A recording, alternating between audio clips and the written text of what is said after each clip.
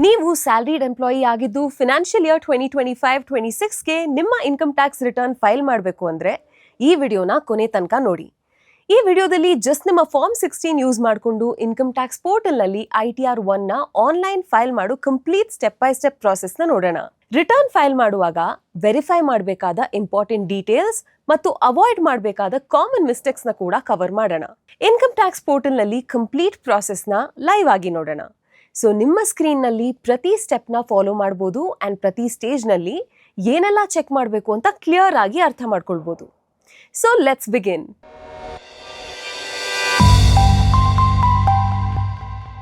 Return file ಮಾಡೋಕ್ಕೆ ಮುಂಚೆ most important question ಅಂದರೆ ITR 1 ನಿಮಗೆ ಕರೆಕ್ಟ್ ರಿಟರ್ನ್ ಫಾರ್ಮಾ ಅನ್ನೋದು.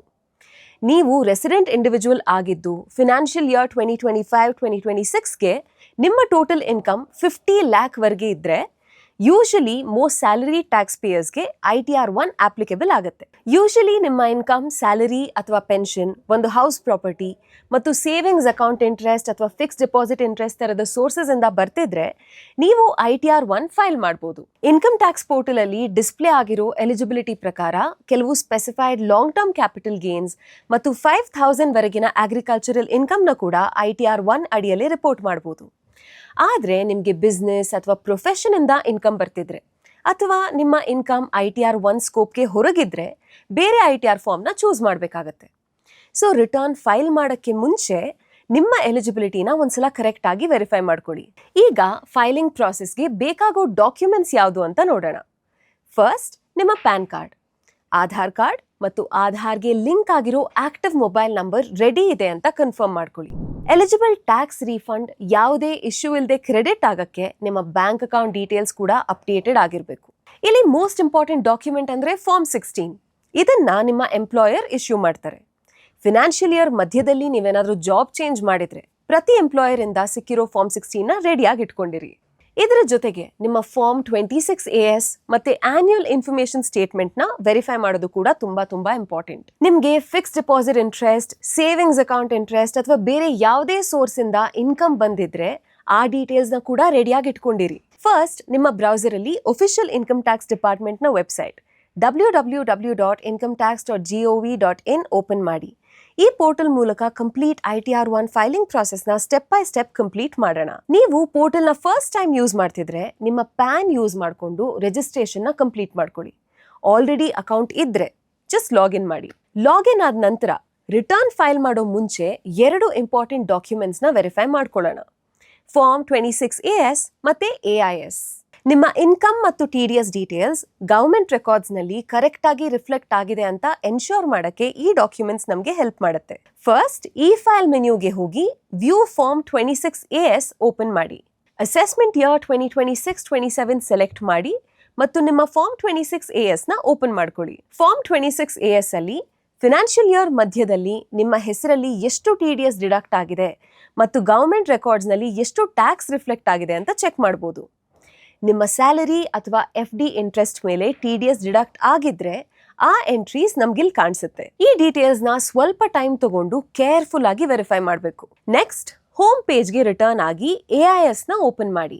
AIS ಅಂದ್ರೆ ನಿಮ್ಮ ಪ್ಯಾನ್ ಅಗೇನ್ಸ್ಟ್ ರಿಪೋರ್ಟ್ ಆಗಿರೋ ಬೇರೆ ಬೇರೆ ಟ್ರಾನ್ಸಾಕ್ಷನ್ಸ್ ಬಗ್ಗೆ ಇನ್ಫಾರ್ಮೇಶನ್ ಇರೋ ಡೀಟೇಲ್ಡ್ ಫಿನಾನ್ಷಿಯಲ್ ಸ್ಟೇಟ್ಮೆಂಟ್. ಉದಾಹರಣೆಗೆ savings account interest, fix deposit interest, dividend income ಮತ್ತು ಬೇರೆ ಬೇರೆ ಫಿನಾನ್ಷಿಯಲ್ ಇನ್ಫಾರ್ಮೇಶನ್. ಇಲ್ಲಿ ಆಬ್ಜೆಕ್ಟಿವ್ ಜಸ್ಟ್ ಸ್ಟೇಟ್ಮೆಂಟ್ನ ನೋಡೋದಲ್ಲ, ಇನ್ಕಮ್ ಟ್ಯಾಕ್ಸ್ ರಿಟರ್ನ್ ಫೈಲ್ ಮಾಡುವಾಗ ಯಾವುದೇ ಇನ್ಕಮ್ ಸೋರ್ಸ್ ಮಿಸ್ ಆಗಿಲ್ಲ ಅಂತ ಎನ್ಶೋರ್ ಮಾಡೋದು. ಫಾರ್ಮ್ 16, ಫಾರ್ಮ್ 26AS ಮತ್ತು AISನ ಕ್ರಾಸ್ ಚೆಕ್ ಮಾಡ್ಕೊಳ್ಳಿ. ಇಲ್ಲಿವರೆಗೆ ನಾವು 3 ಮೋಸ್ಟ್ ಇಂಪಾರ್ಟೆಂಟ್ ಡಾಕ್ಯುಮೆಂಟ್ಸ್ನ ರಿವ್ಯೂ ಮಾಡಿದ್ವಿ. ಫಾರ್ಮ್ 16, ಫಾರ್ಮ್ 26AS ಮತ್ತೆ annual information statement which is also called AIS in short.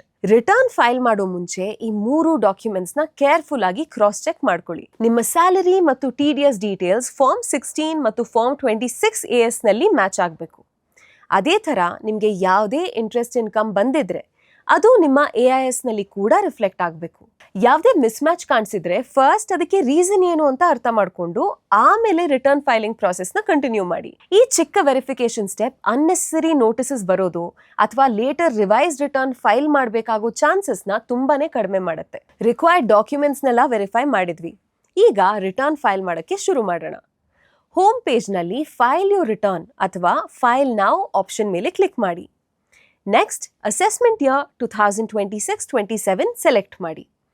ಯಾಕಂದ್ರೆ ನಾವು ಫಿನಾನ್ಷಿಯಲ್ ಇಯರ್ 2025-26ಗೆ ರಿಟರ್ನ್ ಫೈಲ್ ಮಾಡ್ತಿರೋದು. ನೆಕ್ಸ್ಟ್ ಫೈಲಿಂಗ್ ಮೋಡ್ ಆನ್ಲೈನ್ ಅಂತ ಸೆಲೆಕ್ಟ್ ಮಾಡಿ ಮತ್ತು ಕಂಟಿನ್ಯೂ ಮೇಲೆ ಕ್ಲಿಕ್ ಮಾಡಿ. ನೆಕ್ಸ್ಟ್ ಸ್ಕ್ರೀನ್ ಅಲ್ಲಿ ಸ್ಟಾರ್ಟ್ ನ್ಯೂ ಫೈಲಿಂಗ್ ಅನ್ನೋದನ್ನ ಚೂಸ್ ಮಾಡಿ. ಈಗ ಪೋರ್ಟಲ್ ನೀವು ಯಾವ ITR ಫಾರ್ಮ್ ಫೈಲ್ ಮಾಡಬೇಕು ಅಂತ ಕೇಳುತ್ತೆ. ITR 1 ಆಪ್ಷನ್ ನ ಸೆಲೆಕ್ಟ್ ಮಾಡಿ. ಪೋರ್ಟಲ್ ಎಲಿಜಿಬಿಲಿಟಿ ಕಂಡೀಷನ್ಸ್ ನ ಕೂಡ ಡಿಸ್ಪ್ಲೇ ಮಾಡುತ್ತೆ. ನಿಮ್ಮ ಕೇಸ್ ITR 1 ಸ್ಕೋಪ್ಗೆ ಸೇರಿದ್ರೆ ಕಂಟಿನ್ಯೂ ಮಾಡಕ್ಕೆ ಪ್ರೊಸೀಡ್ ವಿತ್ ITR 1 ಮೇಲೆ ಕ್ಲಿಕ್ ಮಾಡಿ. ಇನ್ನೊಂದು ಇಂಪಾರ್ಟೆಂಟ್ ಪಾಯಿಂಟ್, ಪೋರ್ಟಲ್ನಲ್ಲಿ ನ್ಯೂ ಟ್ಯಾಕ್ಸ್ ರೆಜೀಮ್ ಡಿಫಾಲ್ಟ್ ಆಗಿ ಸೆಲೆಕ್ಟ್ ಆಗಿರ್ಬೋದು. ಸೊ ನೀವು ಯಾವ ಟ್ಯಾಕ್ಸ್ ರೆಜೀಮ್ ಅಡಿಯಲ್ಲಿ ರಿಟರ್ನ್ ಫೈಲ್ ಮಾಡಬೇಕು ಅಂತ ಡಿಸೈಡ್ ಮಾಡಿದಿರೋ ಅದೇ ರೆಜೀಮ್ ಸೆಲೆಕ್ಟ್ ಆಗಿದೆ ಅಂತ ವೆರಿಫೈ ಮಾಡ್ಕೊಳ್ಳಿ. ಆಮೇಲೆ ರಿಟರ್ನ್ ಫೈಲ್ ಮಾಡಕ್ಕೆ ಅಪ್ಲಿಕೇಬಲ್ ಆಗಿರೋ ರೀಸನ್ ನ ಚೂಸ್ ಮಾಡಿ ಮತ್ತೆ ಪ್ರೊಸೀಡ್ ಮಾಡಿ. ಈಗ ನಾವು ITR ಫೈಲಿಂಗ್ ಪ್ರಾಸೆಸ್ ನ ಮೇನ್ ಸೆಕ್ಷನ್ಗೆ ಬಂದಿದ್ದೀವಿ. ಇಲ್ಲಿಂದ ಮುಂದೆ ರಿಟರ್ನ್ ಕಂಪ್ಲೀಟ್ ಮಾಡಕ್ಕೆ ಪೋರ್ಟಲ್ ನಿಮ್ಗೆ ಬೇರೆ ಬೇರೆ ಸೆಕ್ಷನ್ಸ್ ಮೂಲಕ ಗೈಡ್ ಮಾಡುತ್ತೆ. ಫಸ್ಟ್ ಪರ್ಸನಲ್ ಇನ್ಫಾರ್ಮೇಶನ್ ಸೆಕ್ಷನ್ ನ ಓಪನ್ ಮಾಡಿ. ಈ ಸ್ಕ್ರೀನ್ ನಲ್ಲಿ ನಿಮ್ಮ ಬೇಸಿಕ್ ಡೀಟೇಲ್ಸ್, ನಿಮ್ಮ ನೇಮ್, ಪ್ಯಾನ್, ಆಧಾರ್ ಮತ್ತು ಅಡ್ರೆಸ್ ತರ ಡೀಟೇಲ್ಸ್ ಆಲ್ರೆಡಿ ಪ್ರೀಫಿಲ್ಡ್ ಆಗಿರ್ಬೋದು. ಪ್ರೊಸೀಡ್ ಮಾಡೋಕ್ಕೂ ಮುಂಚೆ ಎಲ್ಲಾನು ಕೇರ್ಫುಲ್ ಆಗಿ ಒಂದ್ಸಲ ವೆರಿಫೈ ಮಾಡ್ಕೊಳ್ಳಿ. ನೆಕ್ಸ್ಟ್ ನಿಮ್ಮ ನೇಚರ್ ಆಫ್ ಎಂಪ್ಲಾಯ್ಮೆಂಟ್ ಸೆಲೆಕ್ಟ್ ಮಾಡಬೇಕು. ನೀವು ಪ್ರೈವೇಟ್ ಕಂಪನಿಯಲ್ಲಿ ವರ್ಕ್ ಮಾಡ್ತಿದ್ರೆ ಅದಕ್ಕೆ ಅಪ್ರೋಪ್ರಿಯೇಟ್ ಆಗಿರೋ ಆಪ್ಷನ್ ನ ಚೂಸ್ ಮಾಡಿ. ಫೈಲಿಂಗ್ ಸೆಕ್ಷನ್ ಅಲ್ಲಿ ಡ್ಯೂ ಡೇಟ್ ಒಳಗೆ ರಿಟರ್ನ್ ಫೈಲ್ ಮಾಡ್ತಾ ಇದ್ರೆ ಅಪ್ಲಿಕೇಶನ್ ಆಪ್ಷನ್ ಯೂಶಲಿ ಡಿಫಾಲ್ಟ್ ಆಗಿ ಸೆಲೆಕ್ಟ್ ಆಗಿರುತ್ತೆ. ಈಗ ಇನ್ನೊಂದು ಇಂಪಾರ್ಟೆಂಟ್ ಡೀಟೇಲ್, ನಿಮ್ಮ ಟ್ಯಾಕ್ಸ್ ರೆಜೀಮ್ ನ ವೆರಿಫೈ ಮಾಡಿ. ನ್ಯೂ ಟ್ಯಾಕ್ಸ್ ರೆಜೀಮ್ ಅಡಿಯಲ್ಲಿ ರಿಟರ್ನ್ ಫೈಲ್ ಮಾಡಬೇಕು ಅಂದ್ರೆ ಆ ಆಪ್ಷನ್ ಸೆಲೆಕ್ಟ್ ಆಗಿದೆ ಅಂತ ಕನ್ಫರ್ಮ್ ಮಾಡ್ಕೊಳ್ಳಿ. ನೀವು ಎಲಿಜಿಬಲ್ ಆಗಿದ್ದು ಓಲ್ಡ್ ಟ್ಯಾಕ್ಸ್ ರೆಜೀಮ್ ಚೂಸ್ ಮಾಡಬೇಕು ಅಂದ್ರೆ ಇಲ್ಲಿ ಆ ಆಪ್ಷನ್ ನ ನೀವು ಚೂಸ್ ಮಾಡಬಹುದು. ಇದರ ನಂತರ ನಿಮ್ಮ ಬ್ಯಾಂಕ್ ಅಕೌಂಟ್ ಡೀಟೇಲ್ಸ್ ನ ವೆರಿಫೈ ಮಾಡಿ. ನೀವು ಟ್ಯಾಕ್ಸ್ ರೀಫಂಡ್ಗೆ ಎಲಿಜಿಬಲ್ ಆಗಿದ್ರೆ ರೀಫಂಡ್ ಈ ಅಕೌಂಟ್ಗೆ ಕ್ರೆಡಿಟ್ ಆಗುತ್ತೆ. ಸೊ ಅಕೌಂಟ್ ನಂಬರ್ ಮತ್ತೆ IFSC ನ ಕೇರ್ಫುಲ್ ಆಗಿ ಚೆಕ್ ಮಾಡ್ಕೊಳ್ಳಿ. ನಿಮ್ಮ ಬ್ಯಾಂಕ್ ಅಕೌಂಟ್ ಇನ್ನೂ ಆಡ್ ಆಗಿಲ್ಲ ಅಂತ ಅಂದ್ರೆ ಫಸ್ಟ್ ಅದನ್ನ ಆಡ್ ಮಾಡಿ, ಆಮೇಲೆ ಕನ್ಫರ್ಮ್ ಮೇಲೆ ಕ್ಲಿಕ್ ಮಾಡಿ. ಈಗ ಗ್ರಾಸ್ ಟೋಟಲ್ ಇನ್ಕಮ್ ಸೆಕ್ಷನ್ಗೆ ಹೋಗೋಣ. ಫಸ್ಟ್ ನಿಮಗೆ ಸ್ಯಾಲ್ರಿ ಇನ್ಕಮ್ ಸೆಕ್ಷನ್ ಕಾಣಿಸುತ್ತೆ. ಡೀಟೇಲ್ಸ್ ಆಟೋಮ್ಯಾಟಿಕಲಿ ಪ್ರೀಫಿಲ್ಡ್ ಆಗಿದ್ರೂ ಕೂಡ ವೆರಿಫೈ ಮಾಡ್ದೇನೆ ಆಕ್ಸೆಪ್ಟ್ ಯಾವತ್ತೂ ಮಾಡಬಾರ್ದು. ನಿಮ್ಮ ಸ್ಯಾಲರಿ ಡೀಟೇಲ್ಸ್ ಮತ್ತು TDS ನ ಯಾವಾಗಲೂ ಫಾರ್ಮ್ 16 ಜೊತೆ ಮ್ಯಾಚ್ ಮಾಡಿ ನೋಡಿ. ಯಾವುದೇ ರೀಸನ್ಗೆ ಸ್ಯಾಲರಿ ಡೀಟೇಲ್ಸ್ ಪ್ರೀಫಿಲ್ಡ್ ಆಗಿಲ್ಲ ಅಥವಾ ಇನ್ಕಂಪ್ಲೀಟ್ ಆಗಿದ್ರೆ ನಿಮ್ಮ ಫಾರ್ಮ್ 16 ಬೇಸಿಸ್ ಮಾಡಿಕೊಂಡು ಮ್ಯಾನ್ಯುಲಿ ನೀವು ಅದನ್ನು ಅಪ್ಡೇಟ್ ಮಾಡ್ಬೋದು.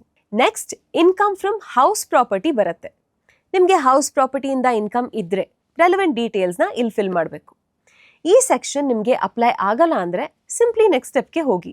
ಆಮೇಲೆ income from other sources section ಕಾಣಿಸುತ್ತೆ. ಇಲ್ಲಿ savings account interest, fix deposit interest ಅಥವಾ ಬೇರೆ ಯಾವುದೇ ಎಲಿಜಿಬಲ್ ಸೋರ್ಸ್ ಇಂದ ಬಂದಿರೋ ಇನ್ಕಮ್ ನ ರಿಪೋರ್ಟ್ ಮಾಡಬೇಕು. ಪೋರ್ಟಲ್ ಈ ಡೀಟೇಲ್ಸ್ ನ ಆಟೋಮ್ಯಾಟಿಕಲಿ ಫೆಚ್ ಮಾಡಿದ್ರೆ ಒಮ್ಮೆ ನಿಮ್ಮ AIS ಮತ್ತೆ ಬ್ಯಾಂಕ್ ರೆಕಾರ್ಡ್ಸ್ ಜೊತೆ ವೆರಿಫೈ ಮಾಡ್ಕೊಳ್ಳಿ. ಯಾವುದೇ ಇನ್ಕಮ್ ಮಿಸ್ ಆಗಿದ್ರೆ ಅದನ್ನ ಮ್ಯಾನ್ಯುಲಿ ಆಡ್ ಮಾಡೋದಕ್ಕೆ ಮರಿಬೇಡಿ. ಈಗ ಟೋಟಲ್ ಡಿಡಕ್ಷನ್ ಸೆಕ್ಷನ್ಗೆ ಹೋಗೋಣ. ನೀವು ನ್ಯೂ ಟ್ಯಾಕ್ಸ್ ರೆಜೀಮ್ ಅಡಿಯಲ್ಲಿ ರಿಟರ್ನ್ ಫೈಲ್ ಮಾಡ್ತಿದ್ರೆ ಡಿಡಕ್ಷನ್ಸ್ ಕ್ಲೇಮ್ ಮಾಡೋಕ್ಕೆ ಇರೋ ಸ್ಕೋಪ್ ತುಂಬಾನೇ ಲಿಮಿಟೆಡ್. ಅದಕ್ಕೆ ತುಂಬಾ ಟ್ಯಾಕ್ಸ್ ಪೇಯರ್ಸ್ಗೆ ಸೆಕ್ಷನ್ಸ್ ಆಟೋಮ್ಯಾಟಿಕಲಿ ಕಂಪ್ಲೀಟ್ ಆಗಿರುತ್ತೆ. ಆದರೆ ನೀವು ಓಲ್ಡ್ ಟ್ಯಾಕ್ಸ್ ರೆಜೀಮ್ ಚೂಸ್ ಮಾಡಿದ್ದು ಎಲಿಜಿಬಲ್ ಡಿಡಕ್ಷನ್ಸ್ ಕ್ಲೇಮ್ ಮಾಡ್ತಾ ಇದ್ರೆ ಪ್ರೊಸೀಡ್ ಮಾಡೋಕ್ಕೂ ಮುಂಚೆ ಎಲ್ಲಾ ಡೀಟೇಲ್ಸ್ನ ಕೇರ್ಫುಲ್ ಆಗಿ ಒಂದ್ಸಲ ವೆರಿಫೈ ಮಾಡಿ. ಎಲ್ಲಾನು ರಿವ್ಯೂ ಮಾಡಿದ ನಂತರ ಕನ್ಫರ್ಮ್ ಮೇಲೆ ಕ್ಲಿಕ್ ಮಾಡಿ. ನಮ್ಮ ನೆಕ್ಸ್ಟ್ ಸೆಕ್ಷನ್ ಟ್ಯಾಕ್ಸ್ ಪೇಡ್. ಇಲ್ಲಿ ನಿಮ್ಮ ಸ್ಯಾಲರಿ ಅಥವಾ ಅದರ್ ಸೋರ್ಸಸ್ ಇಂದ ಡಿಡಕ್ಟ್ ಆಗಿರೋ TDS ಯೂಶಲಿ ಆಟೋಮ್ಯಾಟಿಕ್ ಆಗಿ ರಿಫ್ಲೆಕ್ಟ್ ಆಗಿರುತ್ತೆ.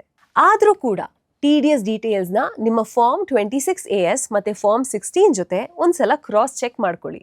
ಯಾವುದೇ ಮಿಸ್ ಮ್ಯಾಚ್ ಕಾಣಿಸಿದ್ರು ಕೂಡ ರಿಟರ್ನ್ ಸಬ್ಮಿಟ್ ಮಾಡೋಕ್ಕೂ ಮುಂಚೆ ಅದನ್ನ ವೆರಿಫೈ ಮಾಡಿ ರಿಸಾಲ್ವ್ ಮಾಡೋದು ಯಾವಾಗ್ಲೂ ಬೆಟರ್. ಎಲ್ಲ ಕರೆಕ್ಟ್ ಆಗಿದ್ರೆ ಕನ್ಫರ್ಮ್ ಮೇಲೆ ಕ್ಲಿಕ್ ಮಾಡಿ. ಈಗ ನಾವು ಫೈಲಿಂಗ್ ಪ್ರಾಸೆಸ್ನ ಫೈನಲ್ ವೆರಿಫಿಕೇಶನ್ ಸ್ಟೆಪ್ಗೆ ಬಂದಿದ್ದೀವಿ. ಈ ಸ್ಕ್ರೀನ್ನಲ್ಲಿ ಪೋರ್ಟಲ್ ನಿಮ್ಮ ಕಂಪ್ಲೀಟ್ ಟ್ಯಾಕ್ಸ್ ಕಂಪ್ಯೂಟೇಷನ್ನ ಡಿಸ್ಪ್ಲೇ ಮಾಡುತ್ತೆ. ಇಲ್ಲಿ ನಿಮ್ಮ total income, taxable income, tax calculation ಮತ್ತು ಅಪ್ಲಿಕಬಲ್ ಇದ್ರೆ ರಿಬೇಟ್ ಅಥವಾ ರಿಲೀಫ್ನ ರಿವ್ಯೂ ಮಾಡ್ಬೋದು. ಡೀಟೇಲ್ ಕ್ಯಾಲ್ಕುಲೇಷನ್ ನೋಡಬೇಕು ಅಂತಂದ್ರೆ ಕಂಪ್ಲೀಟ್ ಬ್ರೇಕಪ್ ನೋಡೋಕ್ಕೆ ಶೋ ಕಂಪ್ಯೂಟೇಷನ್ ಆಪ್ಷನ್ ಮೇಲೆ ಕ್ಲಿಕ್ ಮಾಡಿ. ಇದು ತುಂಬಾನೇ ಇಂಪಾರ್ಟೆಂಟ್ ಸ್ಟೆಪ್.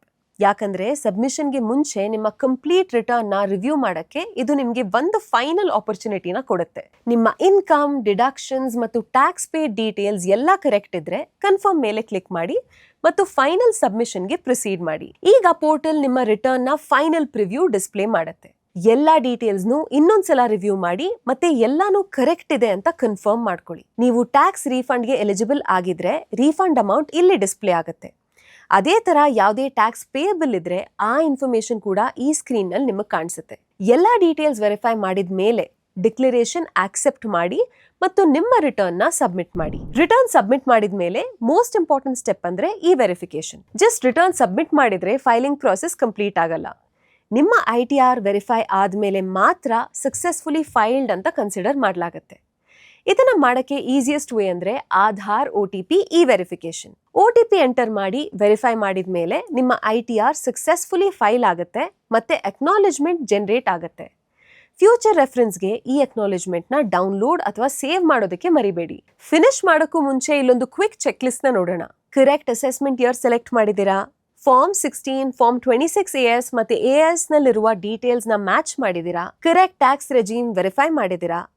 ರೀಫಂಡ್ ರಿಸೀವ್ ಮಾಡಕ್ಕೆ ಕರೆಕ್ಟ್ ಬ್ಯಾಂಕ್ ಅಕೌಂಟ್ ನ ಸೆಲೆಕ್ಟ್ ಮಾಡಿದ್ದೀರಾ? ಮತ್ತು ಮೋಸ್ಟ್ ಇಂಪಾರ್ಟೆಂಟ್ಲಿ ರಿಟರ್ನ್ ಸಬ್ಮಿಟ್ ಮಾಡಿದ ಮೇಲೆ ಈ ವೆರಿಫಿಕೇಶನ್ ನ ಕಂಪ್ಲೀಟ್ ಮಾಡಿದ್ದೀರಾ? ಈ 5 ವಿಷಯಗಳನ್ನ ನೀವು ಸರಿಯಾಗಿ ಚೆಕ್ ಮಾಡಿದ್ರೆ ನಿಮ್ಮ ITR ಫೈಲಿಂಗ್ ಪ್ರಾಸೆಸ್ ಸ್ಮೂತ್ ಮತ್ತು ಹ್ಯಾಸಲ್ ಫ್ರೀ ಆಗಿರೋ ಚಾನ್ಸಸ್ ಜಾಸ್ತಿ. ಸೊ ಫ್ರೆಂಡ್ಸ್, ಜಸ್ಟ್ ನಿಮ್ಮ ಫಾರ್ಮ್ 16 ಯೂಸ್ ಮಾಡಿಕೊಂಡು ಇನ್ಕಮ್ ಟ್ಯಾಕ್ಸ್ ಪೋರ್ಟಲ್ ನಲ್ಲಿ ITR 1 ನ ಆನ್ಲೈನ್ ಅಲ್ಲಿ ಹೇಗೆ ಫೈಲ್ ಮಾಡಬಹುದು ಅನ್ನೋದಕ್ಕೆ ಕಂಪ್ಲೀಟ್ ಪ್ರಾಸೆಸ್ ನಾನು ನಿಮಗೆ ತಿಳಿಸ್ಕೊಟ್ಟಿದ್ದೀನಿ. ಐ ಹೋಪ್ ಈ step by step walk through ಇಂದ ಕಂಪ್ಲೀಟ್ ಫೈಲಿಂಗ್ ಪ್ರಾಸೆಸ್ ನಿಮಗೆ ತುಂಬಾ ಸಿಂಪಲ್ ಮತ್ತು ಈಸಿಯಾಗಿ ಅರ್ಥ ಆಗಿದೆ ಅಂತ. ಈ ವಿಡಿಯೋ ನಿಮಗೆ ಹೆಲ್ಪ್ಫುಲ್ ಅಂತ ಅನ್ಸಿದ್ರೆ ಮತ್ತೆ ಈ ವರ್ಷ ತಮ್ಮ ITR ನ ಅವರೇ ಫೈಲ್ ಮಾಡೋಕೆ ಪ್ಲಾನ್ ಮಾಡ್ತಿರೋರ್ ಜೊತೆ ಈ ವಿಡಿಯೋನ ಶೇರ್ ಮಾಡಿ. ನೆಕ್ಸ್ಟ್ ಇನ್ಫಾರ್ಮೇಟಿವ್ ವಿಡಿಯೋದಲ್ಲಿ ಸಿಗೋಣ. ಅಲ್ಲಿವರೆಗೆ happy investing and happy tax filing.